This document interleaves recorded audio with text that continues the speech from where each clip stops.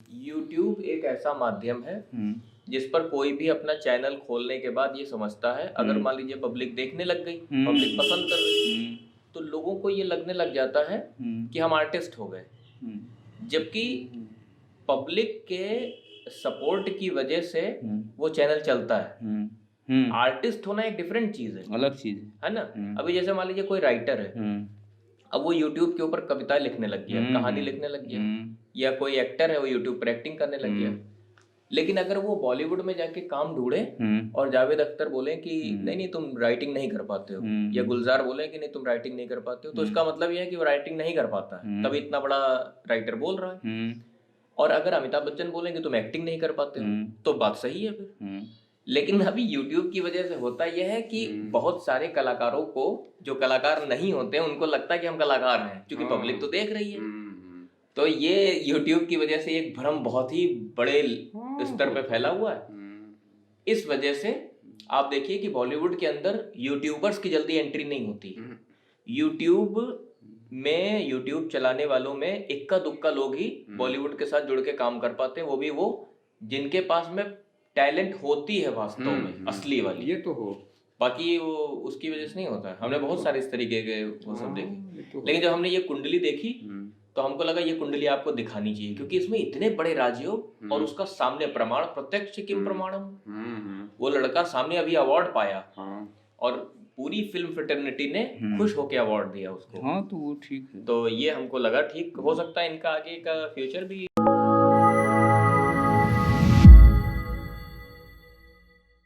ये कुंडली बढ़िए, ये कुंडली यूट्यूब के इंडिया के जो टॉप के बड़े यूट्यूबर हैं, उनमें में से एक लड़का है, उसका नाम है भुवन बाम। अच्छा, तो अच्छा, अभी तक हमने यूट्यूबर्स की कुंडली नहीं पढ़वाई। एक आपको याद होगा हमने संदीप माहेश्वरी की पढ़वाई थी, लेकिन संदीप माहेश्वरी यूट्यूबर नहीं है।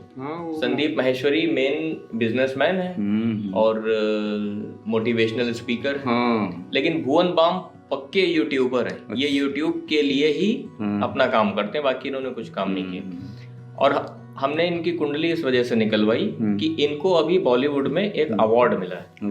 तो हमारा ये मानना है कि यूट्यूब के ऊपर आ तो हर आदमी सकता है, ठीक है। अच्छा, पब्लिक ने देखना शुरू किया, सराहना शुरू किया, तो आदमी फेमस भी हो जाता है। लेकिन उसका मतलब ये नहीं है कि इंसान के अंदर टैलेंट है। भाई पब्लिक हर मतलब लोग जो है वो तो टैलेंट जान पा रहे हैं, नहीं जान पा रहे हैं, वो आपने देखा ही है कि अच्छी अच्छी फिल्में फ्लॉप हो जाती हैं। वो तो राज्यों के कारण है। तो इस वजह से भुवन बाम की कुंडली देखना बहुत जरूरी है कि एक आदमी को फिल्म इंडस्ट्री के अच्छे राइटर, अच्छे डायरेक्टर लोगों ने सराहा है कि तुमने यूट्यूब पर बहुत अच्छा काम कर रहे हो। इस वजह से हमने ये कुंडली खोली, तो हमने कहा देखिए जरा इसकी कुंडली। तो भुवन बाम यूट्यूबर हैं, तो भुवन बाम की जन्म कुंडली वृषभ लग्न की है और वृषभ राशि भी है। तो पहले आयु की गणना कर लेते हैं। तो लग्नेश शुक्र इनका भाग्य भाव में बैठा है, नवम घर में, मकर राशि में।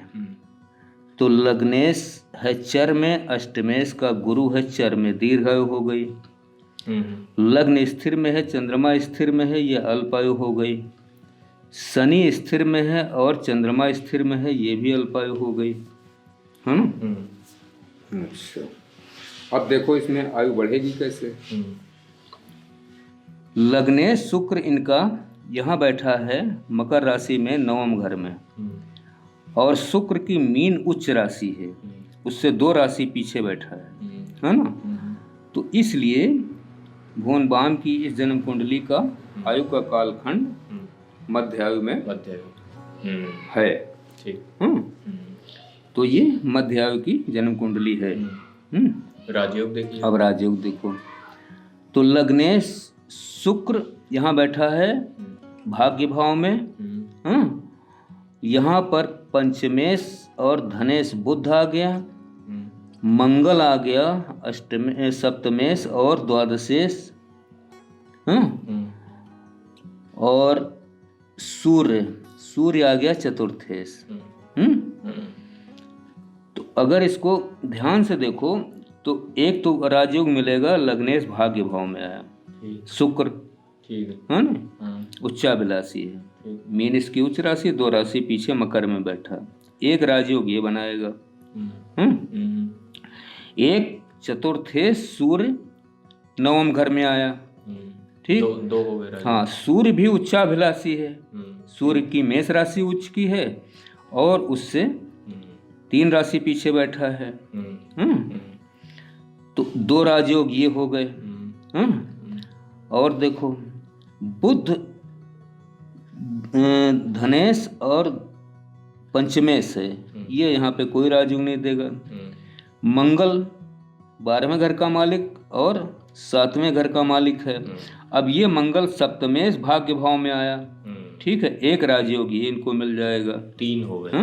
3 हो गए। लेकिन ये मंगल थोड़ा कमजोर रहेगा, कारण ये है कि 12वें घर के मालिक मंगल की जो मंगल फल करेगा वो 7वें घर का करेगा, है ना। यहाँ पे राहु ऑलरेडी बैठा है और शनि की भी 10वीं दृष्टि आ रही है यहाँ पर, है ना, इसलिए ये थोड़ा मंगल का जो राजयोग है ये कमजोर पड़ेगा। मोटे मोटे 2 तो बहुत बड़े राजयोग, 2 राजयोग बढ़िया है, 2 तो ये राजयोग हो गए, है ना। और पंचमेश यहाँ भाग्य भाव में कोई राजयोग नहीं देगा। भाग्य शनि आया दशम में, नवमेश दशम में गया, ये महाराजयोगों में से एक राजयोग है ना, ये महाराजयोगों में से राजयोग माना जाएगा। अभी तक हमको लगता है हम लोग 100 कुंडली पढ़े हैं, इक्का आधा एक ही कुंडली में आया होगा। हाँ, कि नवमेश दशम में शनि अपने घर का है, अपने घर का है ना। तो इस लग्न की कुंडली में ये नैसर्गिक राजयोग बन रहा ना। हाँ, नैसर्गिक राजयोग बन रहा। तो एक तो राजयोग लग्नेश भाग्य भाव में शुक्र आया, ये राजयोग हो गया, है ना। चतुर्थे सूर्य भाग्य भाव में आया, 2 राजयोग हो गए, है ना। बुध कोई राजयोग नहीं, मंगल ये तो बता चुके हैं। सप्तमेश मंगल भाग्य भाव में आया, एक तीसरा राजयोग, एक राजयोग ये नवमेश दशम में आया, ये सबसे बड़ा राजयोग माना जाएगा, है ना। अब बहुत, हाँ, इसमें देखो क्या है, क्या बहुत लोग ज्योतिष के ज्ञाता ये मानते हैं कि केंद्र में शनि अगर अपनी राशि का हो, है ना, या उच्च की राशि में हो, ठीक है, तो वो शश योग बनाएगा। शश योग तो आप एक बार चर्चा किए हैं। तो हमारे हिसाब से हमने जितना इसका प्रयोग किया है ना, पंच महापुरुष राजयोगों का, तो उन राजयोगों में हमें तो उसमें मिला है योग जिसमें ये 5 ग्रह सूर्य, है ना, और मंगल, बुध, गुरु, शुक्र और शनि, ये 5 ग्रह जब अपनी उच्च की स्थिति में केंद्र के अंदर होते हैं तो वो पंच महापुरुष का राजयोग। सूर्य भी बनाता है क्या? सूर्य भी बनाता पंच महापुरुष? सूर्य नहीं बनाता ना।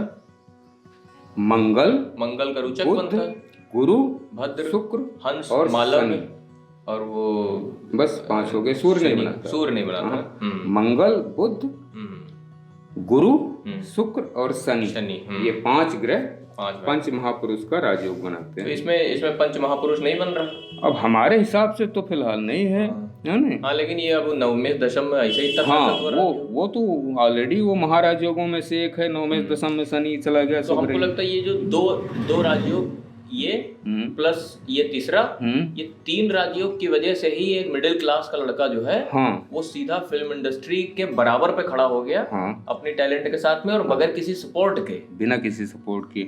दूसरी चीज देखो कि बुध शुक्र एक साथ है भाग्य भाव में, है ना। तो जब बुध शुक्र एक साथ में है तो इसका मतलब है कि वो फिल्म से संबंधित, है ना, टेलीविजन से संबंधित, है ना, इंटरनेट से संबंधित कोई न कोई व्यापार में ये अपनी वीडियोस में एक्टिंग करता है। हाँ, वही चीज, और ये ठीक काम करता है। मतलब हमने देखे इससे खराब एक्टर फिल्मों में काम करते हुए देखे हमने, और हम हैरान है कि इसको अभी तक फिल्मों में काम क्यों नहीं मिल रहा। हाँ, तो वो एक चीज है। बाकी थोड़ी सी एक अशुभता भी है इस जन्म कुंडली पर। अशुभता ये है कि वृषभ लग्न में चंद्रमा उच्च का माना जाता है, ठीक है, लेकिन ये तीसरे घर का मालिक है, यहाँ उच्च का है, उच्च का यहाँ पे होना ठीक है चंद्रमा का, लेकिन चंद्रमा के साथ केतु बैठा और इसकी राहु की पूरी दृष्टि आ रही है ना। तो इस कारण से कभी न कभी इनको थोड़ा मानसिक है ना पीड़ा का, मानसिक पीड़ा तो हम आपको बताएं, हाँ, हमने इस जन्म कुंडली पे दिखता है। थोड़ी सी इनके बारे में रिसर्च की थी। 2012 मतलब ये 2012 के आसपास में जब इन्होंने यूट्यूब पे काम करना शुरू किया था, जब लोग यूट्यूब जानते तक नहीं थे, तब ये आदमी बहुत मानसिक पीड़ा से गुजरा होगा, क्योंकि ये करना चाहते थे एक्टिंग और कर पा नहीं रहे थे, तो इनको यूट्यूब का सहारा दिखा होगा, तभी इन्होंने उस पर वीडियोस डालनी शुरू की होंगी, है ना। फिर ये फेमस तो बहुत बाद में हुए, लेकिन इन्होंने काम बहुत पहले से करना शुरू कर दिया था यूट्यूब के ऊपर। ठीक है। और देखो, एक तो मानसिक पीड़ा का योग इसमें दिखता है, कभी न कभी रही होगी, और अगर नहीं है तो भविष्य में मानसिक पीड़ा का योग बनने की पूरी संभावना है। एक तो ये चीज़ हो गई। दूसरी, अब जरा गुरु को चेक करो। वृषभ लग्न में गुरु अकारक ग्रह माना जाता है, नवमेश और एकादशेश है, अरे अष्टमेश और एकादशेश है, छठे घर में बैठा है। तो गुरु की दृष्टि देखो तो 1 2 3 4 5, पांचवी दृष्टि आई यहाँ दसम घर पे, सातवीं दृष्टि गई 12वें घर पे मेष राशि में, है ना, 8 9, और 9वीं दृष्टि आई धन भाव पे।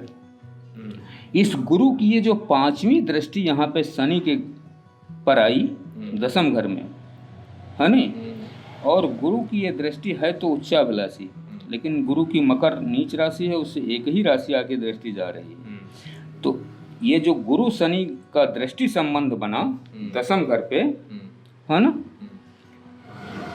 ये क्या करेगा। हमने बताया था कि जब भी कोई प्रवज्ञा बनती है ना, अगर वो सांसारिक लोगों में बनेगी तो वो धन में संतुलन की स्थिति बनाएगी, मान सम्मान यदि अधिक होगा तो उसमें संतुलन की स्थिति बनाएगी, अन्यथा अहंकार हो जाएगा। दूसरी एक और भी चीज करेगा क्या? ये गुरु शनि का दृष्टि संबंध दसम घर पे, है ना, ये इनकी जो जीवन की इच्छाएं हैं, है ना,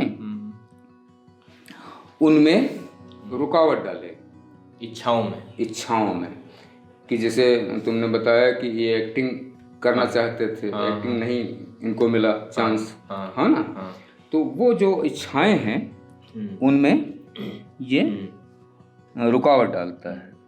ठीक है, तो इस तरह से। और चौथा घर मन का भी होता है ना, तो चौथे घर पे शनि की दृष्टि आई है तो उच्चाभिलाषी, तुला इसकी उच्च राशि है, सिंह राशि में 2 राशि पीछे, और यहाँ मंगल की भी दृष्टि आई, है ना, तो शनि मंगल 2 की यहाँ पे दृष्टि आ गई चौथे घर पे। तो कहीं ना कहीं मन में दुखी होने का स्वभाव, अच्छा, कुछ विशेष परिस्थितियों के कारण, उसमें एक ये भी है कि अपनी इच्छाएं पूरी न हो पाने के कारण, अच्छा, दूसरी और जीवन में काफी संघर्ष करने के कारण ये भी हो सकता है। हाँ, तो क्योंकि लग्न से 7वें ही मंगल बैठा है ना, लग्न चतुर्थ सप्तम अष्टम और द्वादश मांगलिक भी तो बना रहा है ना, लग्न से भी मांगलिक बना रहा है, चंद्रमा से भी मांगलिक बना रहा है ना। शुक्र से देखो तो 7 8 9 10 11 शुक्र से नहीं है, लेकिन नहीं मांगलिक नहीं है कुंडली, यहाँ राहु बैठा हुआ है ना, हम कहे मंगल बैठा, नहीं वो ये यहाँ पे राहु लिखा है, ये हाँ वही मंगल यहाँ लिखा है, मंगल यहाँ है, हाँ तो मांगलिक नहीं है। चश्मा पहनेंगे, चश्मा ले आएंगे? नहीं कोई जरूरत नहीं, हाँ ये मांगलिक नहीं है, कुछ छोटा छोटा लिखा हुआ ही नहीं दिख रहा होगा साहब। तो ये इस तरह से स्थिति है ना बनेगी।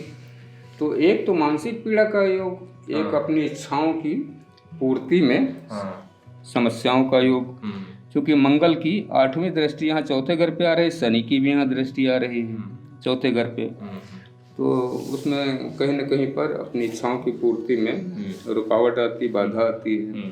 दसम घर पर ही एक तरह का प्रवज्य दृष्टि संबंध गुरु शनि का बना रहा है। तो इस कारण से इसमें हम एक चीज बताते हैं आपको, हाँ, लोगों को भी ये बात नहीं पता होगी क्योंकि हम फिल्म इंडस्ट्री से जुड़ के काम करते हैं तो हमको बहुत सारी चीजें वहाँ की इंटरनल मालूम है और प्लस ये एस्ट्रोलॉजी की। देखिए कि कुंडली के अंदर राजयोग थे इसकी, तो ये फिल्म इंडस्ट्री से जाके जुड़ गया, चाहे जैसे जुड़ा हो है। अभी क्या होता है कि अगर इन्होंने एक्टिंग की क्राफ्ट सीख ली होती तो ये जल्दी जुड़ जाते क्योंकि कुंडली में राजयोग थे, है ना। ये तो होता है। और जानते क्या होता है, ज्यादातर हमने कुंडलियां देखी एक्टर्स की, जो स्ट्रगलर एक्टर्स होते हैं जो YouTube पे चैनल बना के और अपनी छोटी छोटी वीडियोस बनाते हैं एक्टिंग की, उनकी कुंडलियों में राजयोग नहीं होते।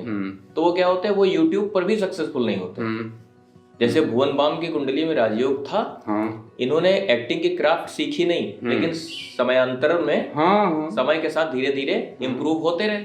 तो 10-12 साल के अंदर ये अपने अंदर उस क्राफ्ट को इम्प्रूव कर लिए। तो आज ये फिल्म इंडस्ट्री के साथ में जुड़ के काम करने लगे। वहाँ के कुछ बड़े लोगों ने रिकॉग्नाइज किया, क्योंकि जानते क्या चीज है, एक बात हम बताते हैं आपको, YouTube एक ऐसा माध्यम है जिस पर कोई भी अपना चैनल खोलने के बाद ये समझता है, अगर मान लीजिए पब्लिक देखने लग गई, पब्लिक पसंद कर रही, तो लोगों को ये लगने लग जाता है कि हम आर्टिस्ट हो गए, जबकि पब्लिक के सपोर्ट की वजह से वो चैनल चलता है।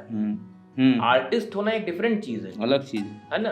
अभी जैसे मान लीजिए कोई राइटर है, अब वो YouTube के ऊपर कविताएं लिखने लग गया, कहानी लिखने लग गया, या कोई एक्टर है वो YouTube पर एक्टिंग करने लग गया, लेकिन अगर वो बॉलीवुड में जाके काम ढूंढे और जावेद अख्तर बोले कि नहीं तुम राइटिंग नहीं कर पाते हो, या गुलजार बोले कि नहीं तुम राइटिंग नहीं कर पाते हो, तो इसका मतलब ये है कि वो राइटिंग नहीं कर पाता है, तभी इतना बड़ा राइटर बोल रहा है। और अगर अमिताभ बच्चन बोले कि तुम एक्टिंग नहीं कर पाते हो, तो बात सही है फिर। लेकिन अभी YouTube की वजह से होता यह है कि बहुत सारे कलाकारों को, जो कलाकार नहीं होते हैं, उनको लगता है कि हम कलाकार हैं, क्योंकि पब्लिक तो देख रही है।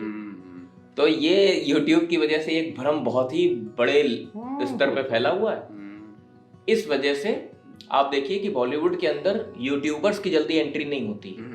यूट्यूब चलाने वालों में इक्का दुक्का लोग ही बॉलीवुड के साथ जुड़ के काम कर पाते हैं, वो भी वो जिनके पास में टैलेंट होती है वास्तव में, असली वाली। ये तो हो, बाकी वो उसकी वजह से नहीं होता है। हमने बहुत सारे इस तरीके के वो सब देखे, लेकिन जब हमने ये कुंडली देखी तो हमको लगा ये कुंडली आपको दिखानी चाहिए, क्योंकि इसमें इतने बड़े राजयोग और उसका सामने प्रमाण, प्रत्यक्ष किम प्रमाणम, वो लड़का सामने अभी अवार्ड पाया और पूरी फिल्म फ्रेटर्निटी ने खुश होकर अवार्ड दिया उसको। हाँ, तो वो ठीक है। तो ये हमको लगा ठीक हो सकता है, इनका आगे का फ्यूचर भी ठीक ठाक, करियर इनका लंबा चलता रहेगा, क्योंकि शनि स्थिर राशि में बैठा दसम घर में, इनकी और शनि राजयोग कारक। इसकी एक वेब सीरीज बहुत फेमस हुई, उसका नाम है ढिंढोरा। अच्छा, बहुत मतलब पब्लिक बहुत देख रही है उसको, और ठीक अच्छी भी बनी हुई है, हमने देखी, बहुत अच्छी बनी हुई है। एक ऐसा आदमी कि जो किसी फिल्म स्कूल से ना पढ़ा हो, किसी नेशनल स्कूल ऑफ ड्रामा या FTII से ना पढ़ा हो एक्टिंग, और उसके बावजूद इतनी अच्छी परफॉर्मेंस करे तो ठीक लगता है। तो हमने सोचा इसलिए ये कुंडली दिखाई जाए। मिडिल क्लास फैमिली से बगैर सीखे साखे निकल के, और उसके बाद वो बॉलीवुड के अंदर उसने अपना एंट्री कर ली, तो है नहीं, ठीक है कुंडली ना, देखिए दमदार कुंडली है। तो हमारे हिसाब से भुवन बाम की जन्म कुंडली अच्छी है। वही के दमदार कुंडली है, तो चीजें ठीक है फिर, है नहीं।